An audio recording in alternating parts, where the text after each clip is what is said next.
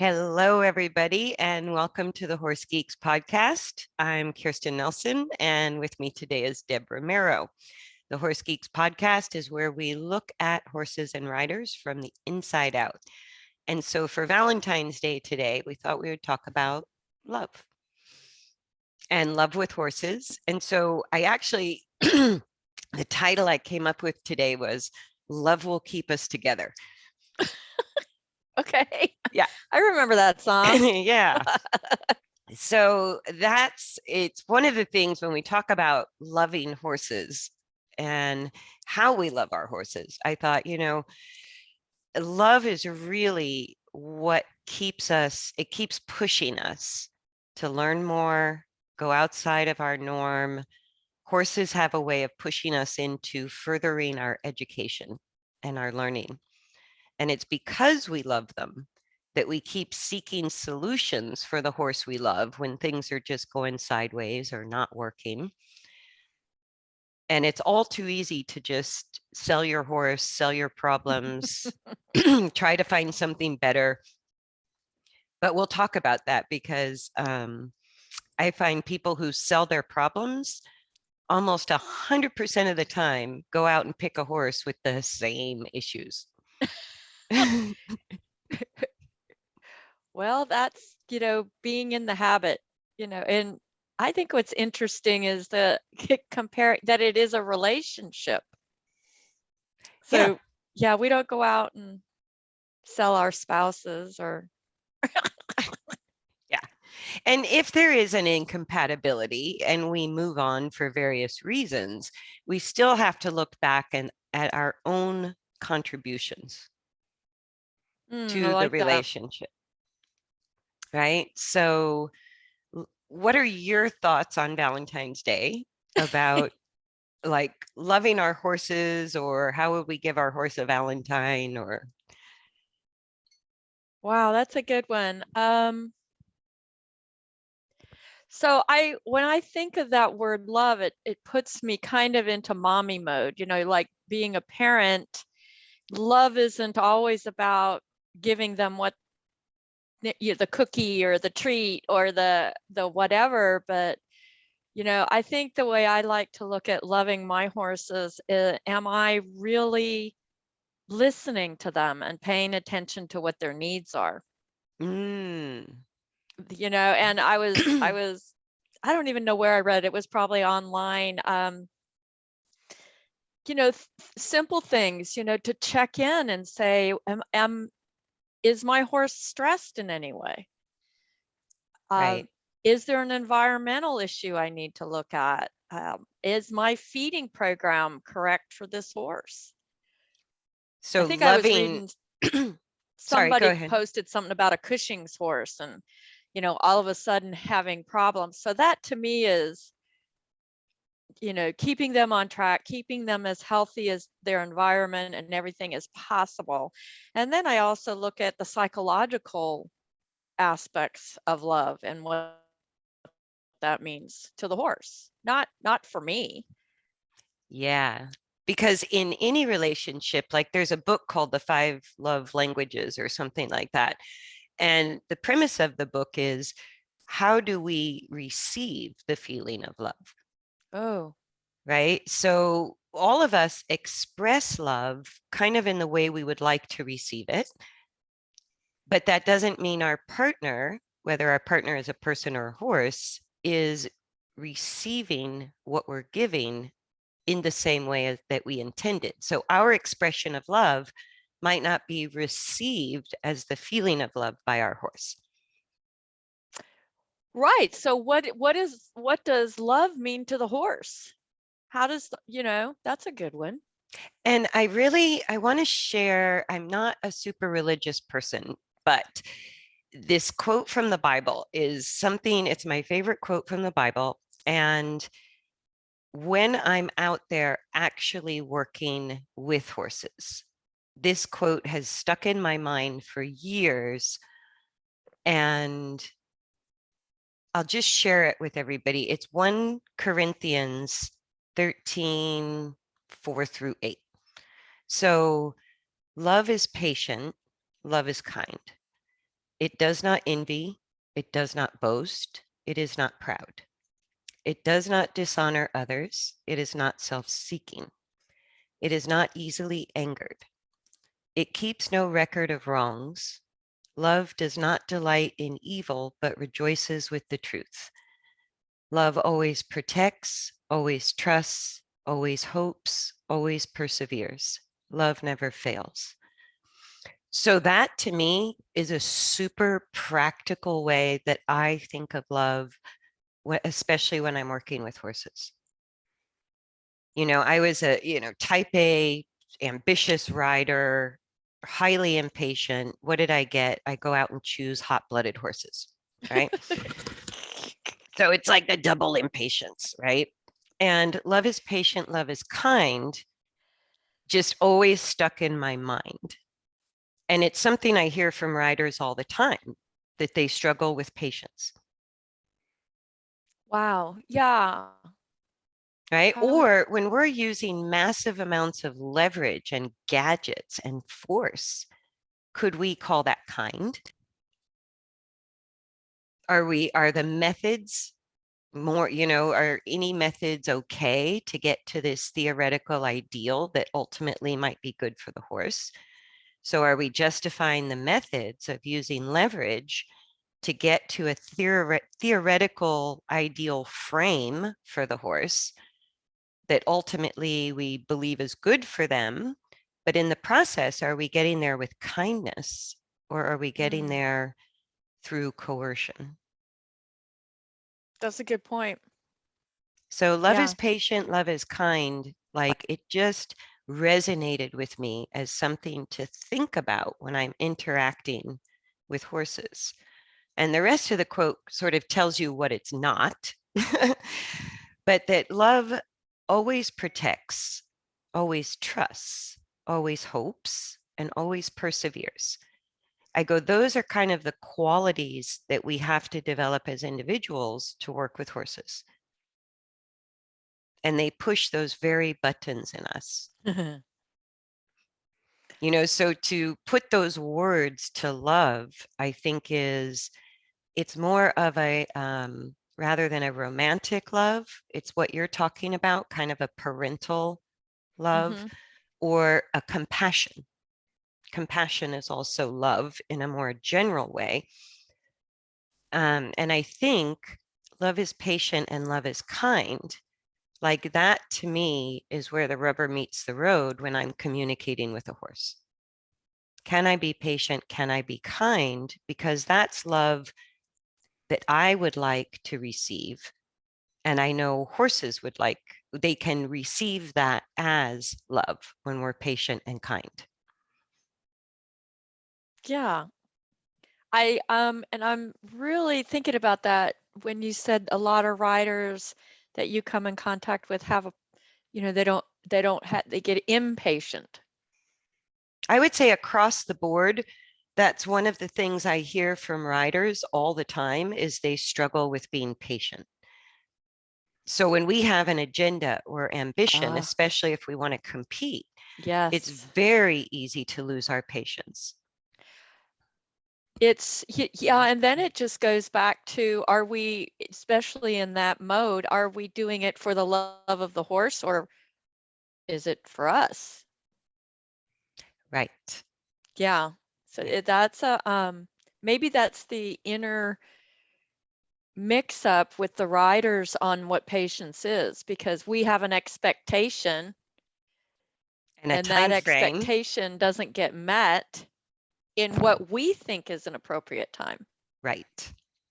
Right. Mm, And that's where we get impatient and maybe unkind. Right. yeah. Also, love never fails. I love that part of the quote that love never fails. And I will often see like the only way to fail with a horse is to quit trying. Yeah, Because quit asking questions. yeah, Yeah. or quit spending time with them, sell them off, retire them, shut down the relationship. That's how you fail. But if you genuinely love your horse, there's always something you can do to build the relationship or make progress in the direction of your goals. So love is kind of what keeps us trying again and again and again. And I think what's important too, from the horse's perspective, is as prey animals, they care about two things. One is, do I feel safe? So a horse has a very keen sense of self-preservation. As a prey animal, they know they taste good to the whole world, right? So when they don't feel safe, they express that through what we call bad behavior. They become distracted, they go into flight response, fight response, so they can become a little aggressive or pushy, or they can be distracted, flighty, too fast. Those behaviors and that energy of defensiveness is the horse telling us, I don't care that you put me at a luxury barn. I don't care that you have a $5,000 saddle. I don't care that we won 18 blue ribbons. I don't care that you ply me with treats whenever I see you. That behavior says, I don't feel safe. So are we really, how we might want to express love might not be received by the horse because their number one priority is feeling safe. So anytime we give them the gift of feeling safe with us, we're expressing love in a way that they can understand. And like you said, as a parent, that's how you love your children, but it doesn't always mean it's gentle and flowery and full of rainbows, right? Or those little Sometimes, those little heart kiss treats. right, right. We hope for that more often than not, but sometimes it's setting boundaries or saying, no, don't do that. That's not good for you, right? You can't do Yeah. that. There's a boundary there because it's not good for you. And I wonder if, because I'm thinking about my horses, and I think the more educated I get about the horse and how they work, the more patient I become. Yes. The Yeah. The more, less I know about how a horse really functions. Like you said, safety is their first thing. If they don't feel safe, they're out of there, you got one way or Jack. another. Yeah. And I think the more, like on one of the podcasts, the Umwelt paper saying how horses actually Perceive. perceive and function Mm-hmm. in the world, that was a real eye opener to me. Right. Um, and our last podcast, when we talked about, are we really listening? Yes. Y- Yeah. Are we Our, taking, maybe like in the Alexander work, are we pausing and interrupting our habitual way of communicating to listen and step back and say, well, what is the dynamics that are going on here? right. So love is patient, love is kind means to me that when the horse is out there pushing my personal buttons, I have to be patient and kind enough to look at it and go, wow, my horse is expressing to me that he or she isn't feeling safe with me in this context or in this moment. Mhm. So, how could I, and asking that question rather than how can I make the horse submit, Yeah. the question becomes, how do I help my horse feel safe? Yeah. If you totally changed your thought, and we talk about this a lot, it's all about the way we think about it. Is that really actually what's happening? So changing how we perceive, I think, is real important. Yeah. And I think when we're motivated or when we remember, because horses, if nothing else, they put humans on a training program to become better people. Like to really work with horses, you learn patience, kindness, and most importantly, self control to be Oh, yeah. effective with horses, right? So, feeling safe, that high level, that high sense of self preservation is so important to a horse that when they start to sort of test us or monkey around with us, it's usually for the purpose of asking us to prove to them that we are capable of noticing what's important to the horse and providing a sense of safety. That's how they test in the herd. Who becomes the alpha of the herd is not the biggest badass of the herd. No, It's it's not. never the I can badass. attest to that in my herd. Yeah. And usually the biggest badass of the herd is the insecure one that gets banished. It'll get ostracized from the herd, from a healthy herd of horses. And the alpha horse is the one who is the provider of safety to the other horses. That's so they test us and ask us to prove that we are capable of expressing love in a way that they understand, which is protecting and providing a sense of safety. Number one. And now that I'm thinking about that, it's very also, even though, globally horses are, it's like humans, we all have the same makeup in our bodies, but there is that individuality of Yes. figuring out, because I'm thinking of my herd, and we've talked about this. My alpha mare, you got to go in there with your Jack Russell suit on when you go install with her, or Yeah. she will just like put you where she wants to put you. And then, my big 17 hand mare is, you have to take that suit off. Otherwise, you can't get near her. She's like, "Ah." Yes. And then, little plum light's like, I don't care, just love me. Yeah. So it's, I forget about that I actually wear different hats, probably like we do with people, to, Absolutely, because what makes one individual feel safe can be very different from the next yeah. individual. But what I find interesting is if you really observe your horse and listen, the horse always tells us the way or the mode that makes them feel safe and secure. So, for example, a horse that kind of comes too close into your personal space and gets pushy might feel safer with closer contact, more Mhm. touch, right? And maybe you have to set a boundary that says, hey, I'm smaller than you. I'm not another horse, right? But that horse is saying, I feel safer sort of herding up, Hmm. right? Where another horse might want more distance, more personal space, and they don't feel safe too close to a person. They feel safer with a little more distance. Or horses that are easily distracted, it's like they want to know that you are as perceptive as they are.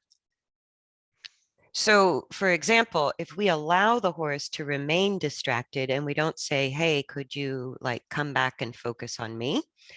Then they think we're not alert to the environment, that we don't notice what they notice. So they think we're incapable of providing safety because we're not expressing it in the way that that individual understands.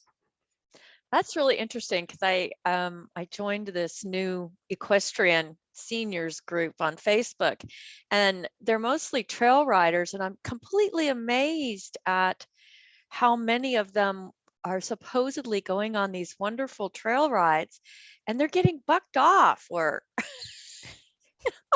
I'm like, I don't get it. And maybe that's it. We're thinking that, I don't know. What do you talk to me about that? What do you think? It's a lot of times, like to me, when a horse escalates to the point of bucking, rearing, or bolting, I already missed all of the early signs Yes, of the yes. horse telling me I'm starting to question my safety, right? I'm starting Yeah. to question my safety. So, for example, a horse sees something on the trail and they're scared of it and they snort at it. What's our human instinct when we have that problem? What does everybody do? makes them try to go look at it. Go look at it, right? But they don't see like we see. They have totally Exactly. different vision. And not only that, but let's say if all the five senses were even the same, if I'm walking with you through a graveyard on Halloween and you see this shadowy figure over to the left and you spook at it, and I take your body and shove you towards it, how are you going to react to that? I'm probably going to climb all over your skin. And I'm going to buck and kick and bolt. It's like, oh, hell no. Like it just, we think you're asking the horse to make this leap to not trust itself and override that instinct in order to trust you, but you're not proving any value to the horse by shoving them in the direction of what they're afraid of. So that's a great example of us. If we took that as a love-based gesture, we're trying to help the horse overcome a fear. That would be the most magnanimous reason we do it, right? Yep. We're trying to show our horse there's nothing to be afraid of. But the actions say something entirely different. So how that magnanimous thought is being received by the horse Exactly. is it's not landing like that. Not for them. It is not landing like that, especially if you take them to it and the energy level is going up and up and up and up and up. It's like every time that energy, we all know the feeling of what it feels like the second before you get bucked off or the second before they bolt, because we've all lived through that. And when that energy starts to go that direction, that's the time I need to recognize that my horse is telling me I don't feel safe. Yeah, so it really I don't goes feel safe. back to that being in that listening mode to figure out what happens before what happens. It, Yes. it was probably 4 or 5 strides beforehand that the escalation in the horse started, and we're in la la land. Yeah. Yeah. Or we think, oh, that's just the horse's personality. They're always anxious or they're always tense and snarky. But it's, they speak to us through their behavior. So the energy level coupled with behavior helps us understand when the horse is telling us, I'm starting to question if I'm safe. Yeah. Right. And as soon as they start to question it, we could, like, let's take the spooking example on the trail. Instead of taking the horse towards what they're afraid of, it's like little kids. If you have a little kid that's getting afraid, what do you do? What did you do with your kids? I would usually remove them from the situation and have a conversation. There you go. Yeah. Same thing. Or you could just distract them. Mm-hmm. Out of sight, out of mind, right? So instead of going towards the object, you could ask the horse to look away from the object while you pass it. You could change direction and go the opposite way if possible. You could go past it and ignore it. Like, this is why they invented blinkers for horses. Out of sight, out of mind. That's why blinkers work, right? At reducing the stimulation that a horse might feel from, say, a windy day or a lot of activity in the environment. That's why blinkers work. So we can create invisible blinkers where we just redirect the horse's attention in order to help them feel safe. But if somebody shoved me straight towards, I don't know, a big fat spider, I would be, I would be pushing and kicking and fighting my way out of that force of being pushed towards something that I don't like. So what do you think in a loving way is some other ways to earn the trust of your horse or the situation? Well, of course, it always depends on the situation. But Right. I think the horses guide us. Like, for example, what you're talking about with your mare, you put on the Jack Russell suit because for her to feel safe, she shows power, Yes. right? So her way of feeling safe is who's more powerful, me or you, right? Mhm. So she tells us how she feels safe, maybe by being aggressive or taking up, coming over the top of you or being too close. And so she only, if she can overpower you, then you become the lower herd member that she protects and you better follow. If you meet her at what's important to her, which is you learned, put on my Jack Russell suit and just show her energetically without being unkind, but Exactly. energetically say, I have more power. You need to back away from my space, right? Yes. That has meaning to that mare because she wants to get into a power interaction.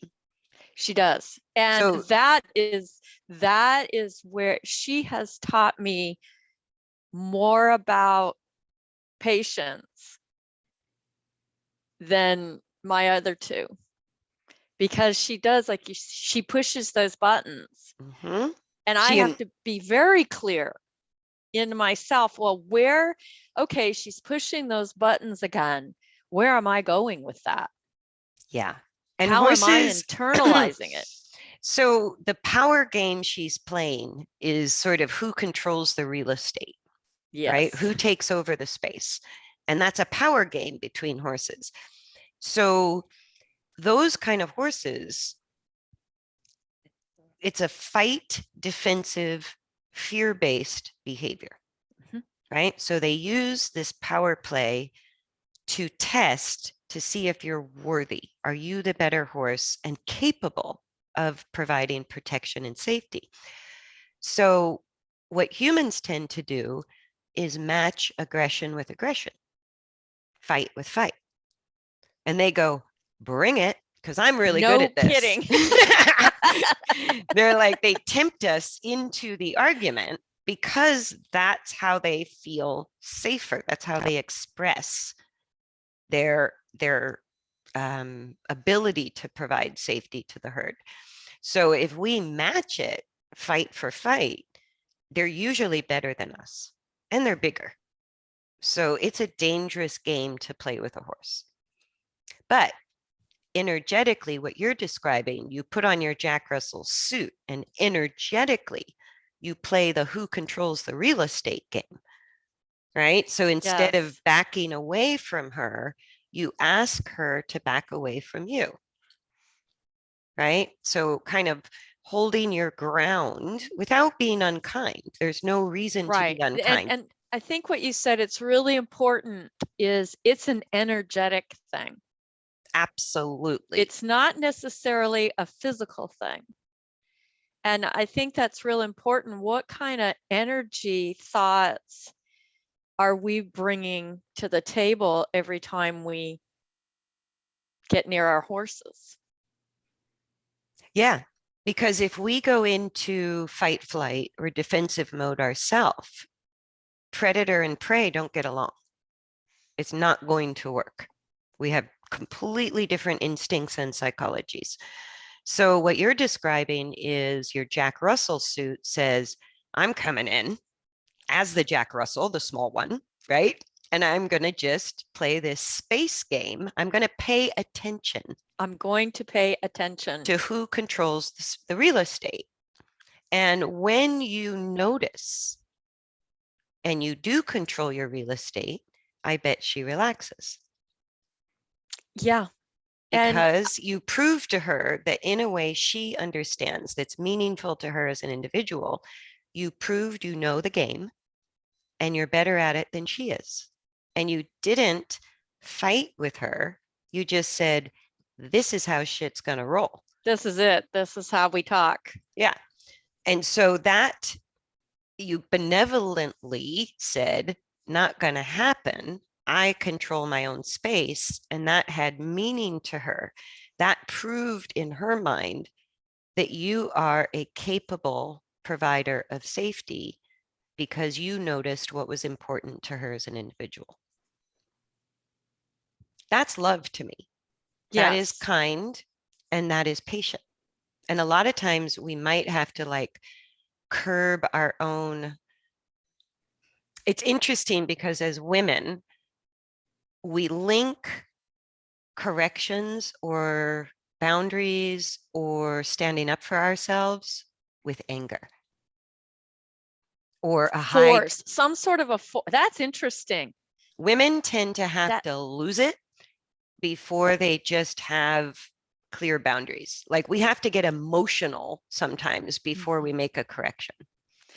Yeah, I was in a workshop this weekend, mostly women, and we were discussing, are we allowing ourselves to actually take up our own space? Yes, because So, we associate kindness and patience more in the doormat category, right? yes. And that we can't say rude things or we can't speak the truth. We have to be nice, which is also low energy, right? So for women, when we bring our energy up, there's usually a loss of control emotionally by that time. Yeah, So and in the workshop, another lady says, well, and I could tell when she came into the room, she took up too much space. You know what I mean? That her energy was just get taking away, up the entire space, which you don't see very many women do that. right? But it wasn't a visual thing, it's an energetic thing that I could feel as soon as she came in.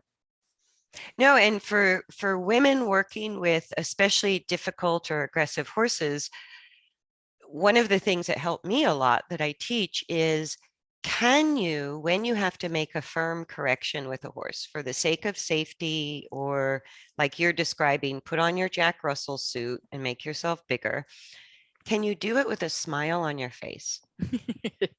Can you be calm and assertive rather than aggressive, like a That's all high important energy words. aggression? Yeah. And so if I have to if a horse is pushing my buttons, I'll just pause long enough that I can kind of find my center, be calm, smile, and go, yeah, that's not happening. Like it's just matter of fact, that is not going to happen here, right? That's unacceptable, not going to happen, like you would do with your kids. And that's real important what you said about you pause. And, we talk about that a lot, but I think it needs to be said instead of immediately reacting to the situation. Oh, there's a lot of horses out there where like flight behavior to get away is a horse's natural instinct as a prey animal, especially one that runs fast for long distances. But if they're uncomfortable in their body, or some have learned the best defense is a good offense, Yes. those horses suffer the most because they really trigger the fight response in the human, Wow. right? So when we match fight to fight, predator to prey animal, it's a disaster. And usually, if the human isn't landing in the hospital, then the horse is suffering greatly from that interaction. There's no love there. There's It's no love just in that. Yeah. it's just survival on both sides, Yeah. right? So that's not a conversation that's going to go anywhere. And that's where the love is patient, love is kind sort of brought me back into my self-control, center myself, and be able to smile and say, yeah, you're not doing that. That's just not going to happen. And And that is, sometimes with this mare we're talking about, I can't find the solution within me so what do you do? at that time. So I have learned just stop, walk away. until an idea comes. until I get to a place of that inner calmness. Yeah. That I'm not jumping to that anger, frustration. I have to control it. I have to fix it, and it has to be now. Yes. Or You know, if you take your Jack Russell suit and you forget to take it off and you go into your other horse. oh, danger, Will Robinson. Yeah. Because your other horse doesn't see leadership that way at all. Not at all. You become a predatory threat to your other horse because she plays a different game for safety. Yes.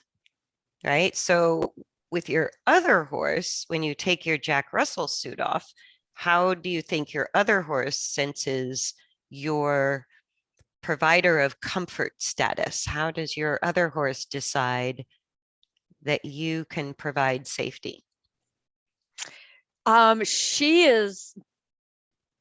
She has well, the alpha mare, it's boundaries, rules, Yes. communication. Mm-hmm. With this other mare, she is so attentive to your energy. You've got to become soft. So Not it's a, melt, but just soft, open, listening. and I bet she's easily distracted Yes. with a lot of anxiety. Yes. Right. So that's another game is I stay safe by being on high alert. It's a different game than your other mare, but your second mare is saying, that's how I feel safe. I feel safe if I'm highly perceptive of my environment. So again, you can match that by saying, I notice what you notice. Mm-hmm.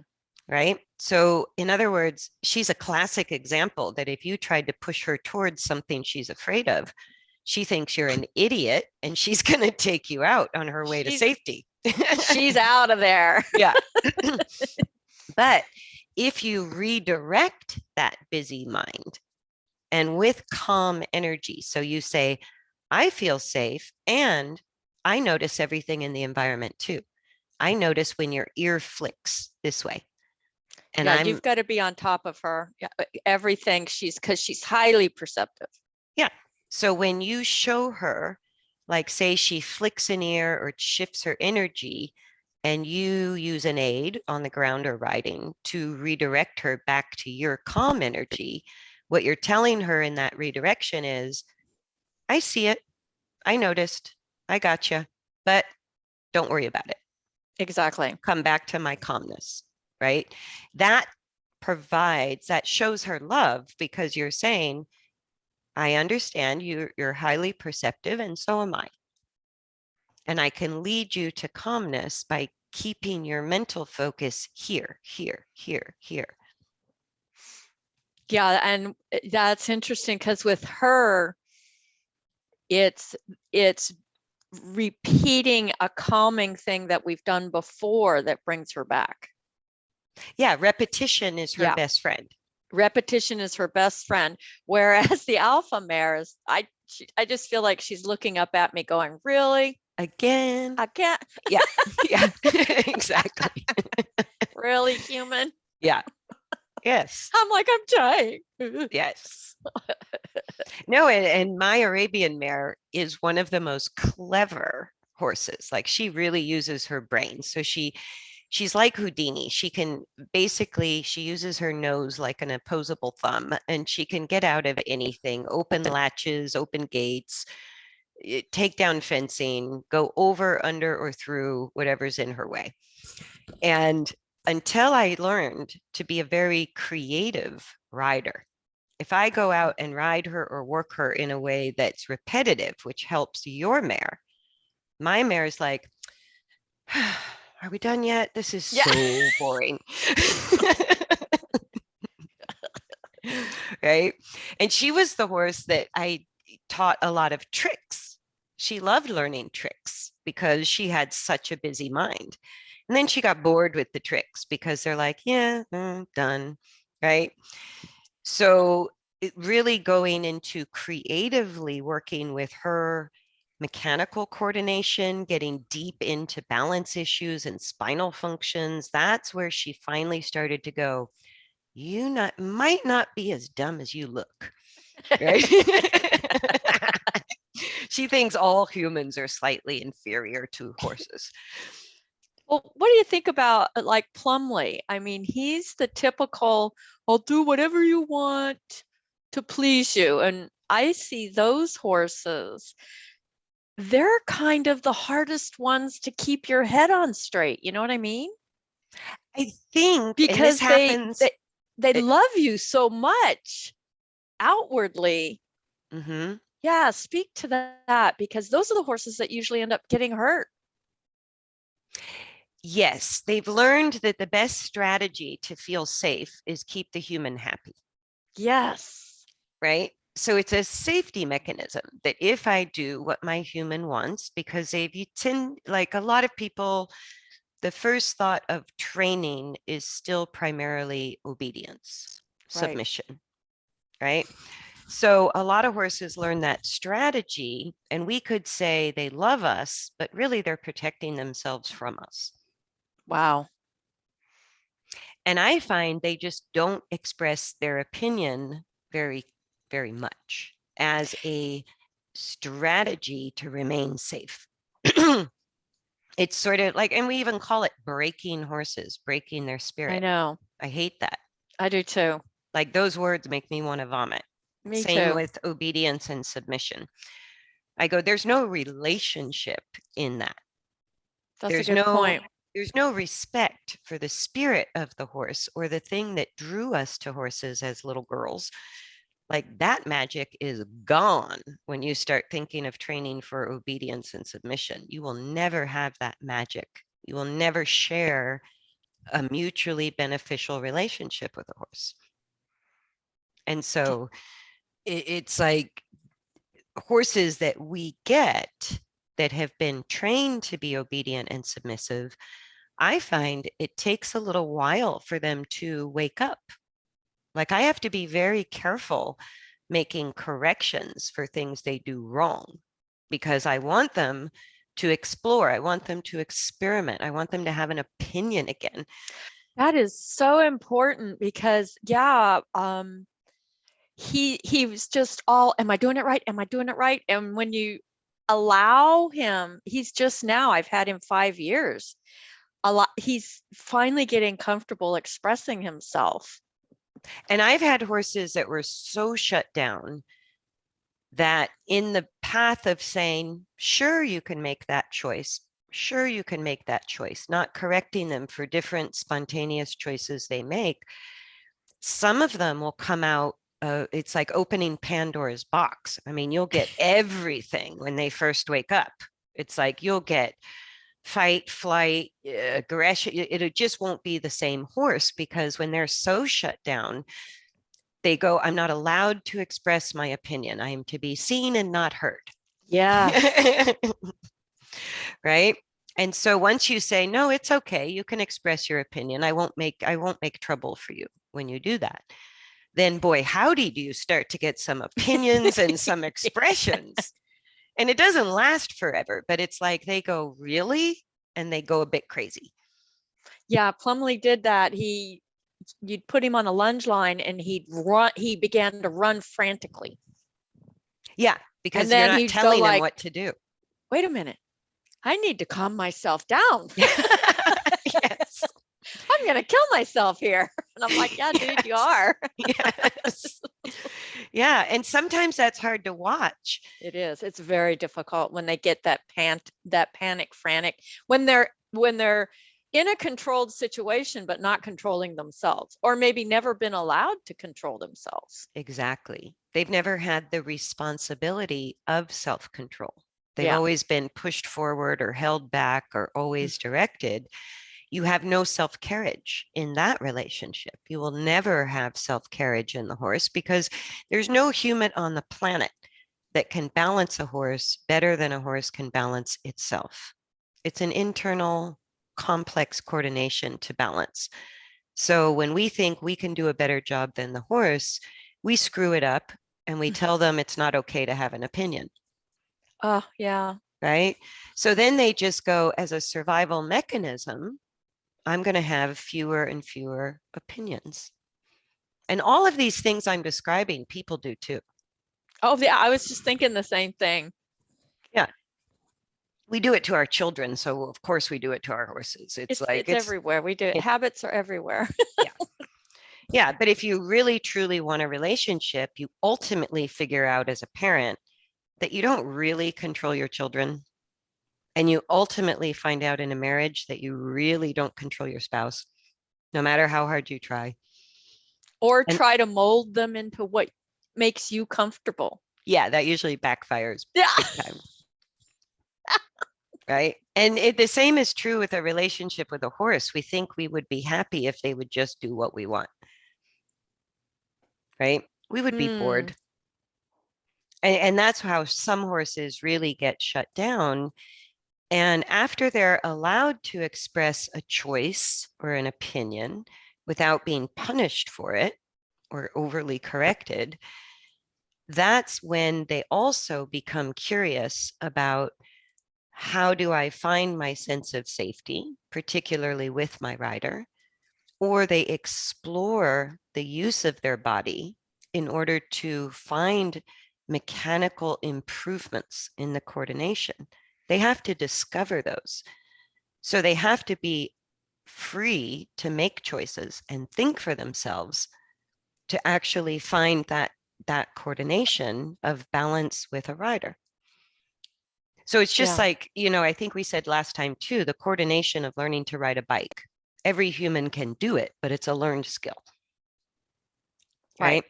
So if you have no instructor at all, you might figure out how to ride a bike on your own with a lot of trial and error and time and no pressure.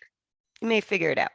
It might be faster if you had a guide, or if the guide told you, berated you, punished you, created pain, gave you a sense of being unsafe every time you made a mistake on the bike, would you learn to ride the bike easier or would it be harder? you Yeah. might associate it so much with pain that you don't ever want to ride a bike again once you're done.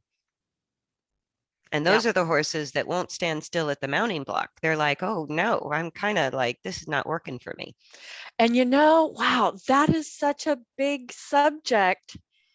And it can go both ways. It could be that they, because of the fear, or, are you allowing that horse? I see this a lot. People just, their horses take off as soon as they get on.